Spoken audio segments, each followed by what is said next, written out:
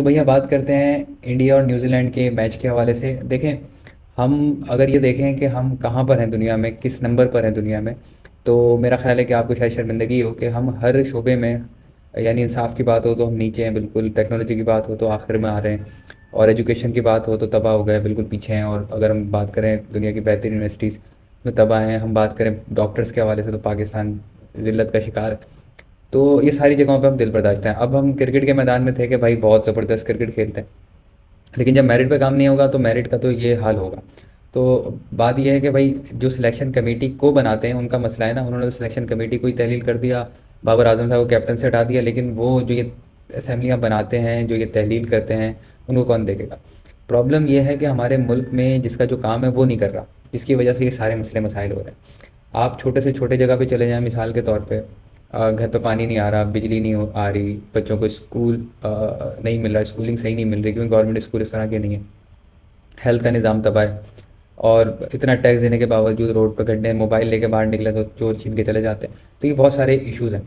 अब मसला ये है कि सारे इश्यूज़ जो है ना वो एक ही वजह से निकल रहे हैं, क्योंकि मेरिट पे यहाँ पे कोई निज़ाम नहीं है, और मेरिट नहीं होता वहाँ पे तबाही होती है। तो हमारे क्रिकेट के अंदर भी मेरिट नहीं है। मेरिट होता तो मेरिट पे लोग आए हुए होते, हमारे जो सिलेक्शन कमेटी है वो मेरिट पे फैसले करती, हमारे जो कैप्टन है वो मेरिट पे आते। तो ये सारे मसले यहीं से आते हैं। अब हम हैं एक थर्ड वर्ल्ड कंट्री, और हम compete कर रहे हैं फर्स्ट वर्ल्ड कंट्रीज़ के साथ। इंडिया इमर्जिंग है, मैं इंडिया को अभी फर्स्ट वर्ल्ड कंट्री नहीं कहूँगा, लेकिन हमसे तरक्की में काफ़ी आगे।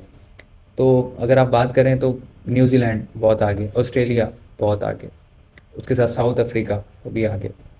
अब इंडिया, इंडिया वाकई में टेक्नोलॉजी में हमसे काफ़ी आगे, और भी काफ़ी चीज़ों के अंदर, क्योंकि बहुत बड़ी इकनॉमी, डेमोक्रेसी में हमसे काफ़ी अच्छा है। तो अब ये है कि हमारे मुल्क के अंदर जो इदारे हैं, जिनको जो काम करना चाहिए, फॉर एग्जांपल डॉक्टर्स अपना काम नहीं कर रहे, वो किसी और ही काम में लग गए, और जो है ना वो उनके पास जाओ तो वो दवाइयाँ अपनी मर्ज़ी की लिख के देते हैं, फार्मूले नहीं देते लिख के। खैर, वो एक अलग बहस है। पुलिस वाले अपना काम नहीं कर रहे। कोई भी इदारे में चले जाएँ आप, कोई भी गवर्नमेंट सेक्टर में चले जाएँ, आपको पता है क्या होता है। अच्छा, अब मसला ये है कि भाई सिर्फ़ इस मुल्क में एक ही इदारा है जो सही काम कर रहा है, और अपना ही काम कर रहा है सिर्फ़, और वो आपको पता है कौन-सा है ना? तो वो भी अपना काम नहीं कर रहा। अच्छा, अब ये है कि भाई पाकिस्तान आ गया अपने घर वापसी, और अब सोच रहे हैं कि अब इस टूटी-फूटी टीम काम करेंगे। आप सिर्फ दुआएँ कर सकते हैं, कोशिश कर सकते हैं चीज़ों को ठीक करने की, निशानदेही करा सकते हैं, बोल सकते हैं। तो हम भी यही कोशिश कर रहे हैं, देखें क्या होता है। अपना ख्याल रखिएगा। अल्लाह हाफ़िज़।